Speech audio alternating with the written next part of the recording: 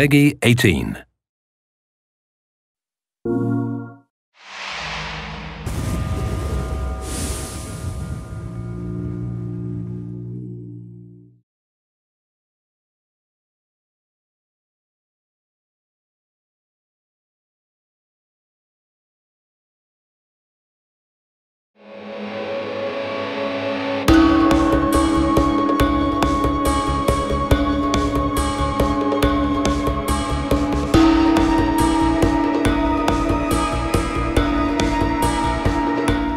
For the past 6 months, we've been looking at reference like videos, images. What you see on those images is just static. So it doesn't show like the action. It doesn't show what's happening behind the scenes. Whether it's in Kathmandu or whether it's up in the mountains, there's always something that you need to look out for. That kind of comes into that danger factor where you're never sure what you're gonna see, what you're gonna hear, what you're gonna encounter.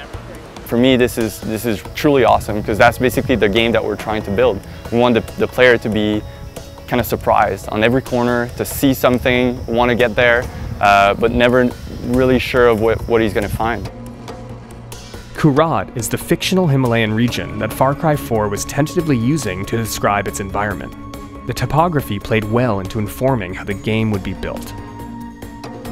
We're really big at giving options to the player. Basically, it's your game, your way. So you can go anywhere, approach any situation from any angle, use any type of weapons. So like having those footpaths go on or that main road, you could drive up and drive and shoot, basically, if you wanted. That thing in the trees sounds like some kind of high-pitched electrical whir from a distance. But then up close, it was just horrible. We should try and figure out a way to put that in the game somewhere. Just makes you wonder what's inside that jungle. Yeah. I don't want to see it. Yeah, death, probably. Death. Yeah. But yeah, the view from here is pretty amazing. We're just looking at those terraces over there.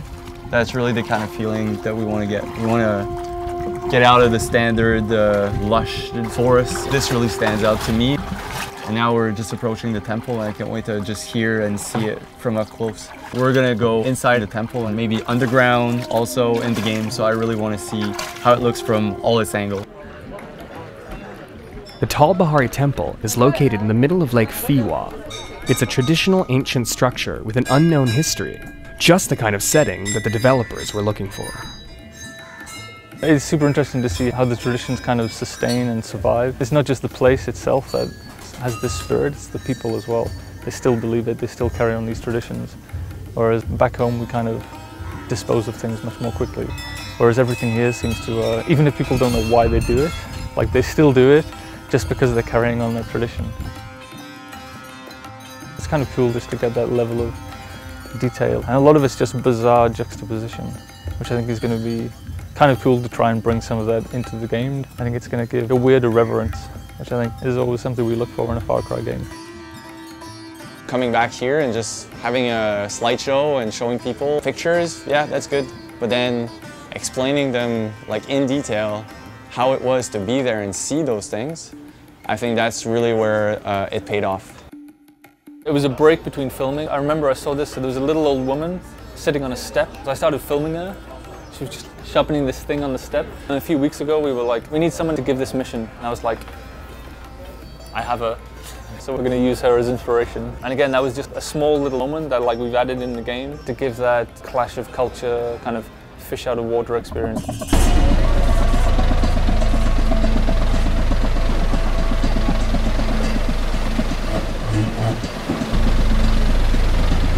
All right, so we decided to take this trip on the roof, sort of Nepali style, to see if we can take in some more of the scenery.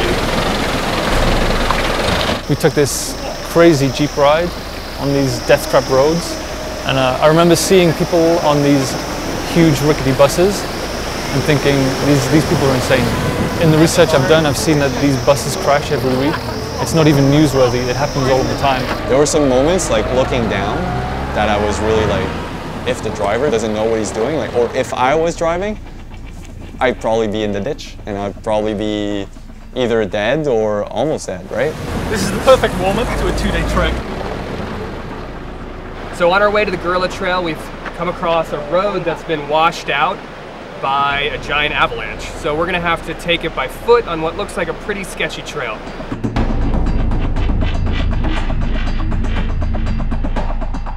were a few times when I was pretty convinced we were all going to die. I was like, this is it.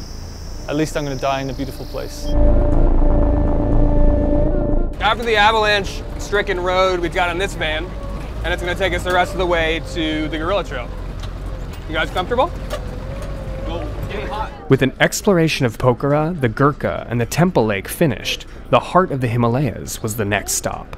The Gorilla Trail is what people now call the network of roads and mountain villages that the Maoist rebels used to hide and house their insurgency. Though the war has been over for several years, the region has only recently been deemed pacified enough for outsider travel.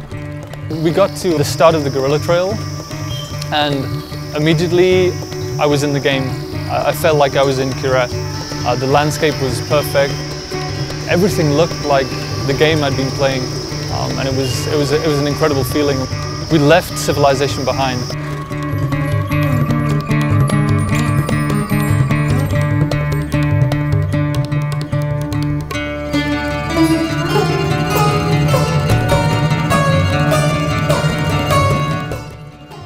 So it looks like we made it up to at least the end of the ascent, but we still have about half an hour before we reach the village. Hopefully we can get there before the sun sets and have ourselves a nice little fucking rest. The first part of the trek had been treacherous, and leaving civilization for the next few days offered time to reflect on the sensory elements that could be brought into the game. The subtle moments encountered at the Bahari Temple and the feeling of tradition and spirituality were key in adding another layer to the trip. Spirituality would stay a continuing theme, taking a bizarre twist when experiencing some of Nepal's darker traditions.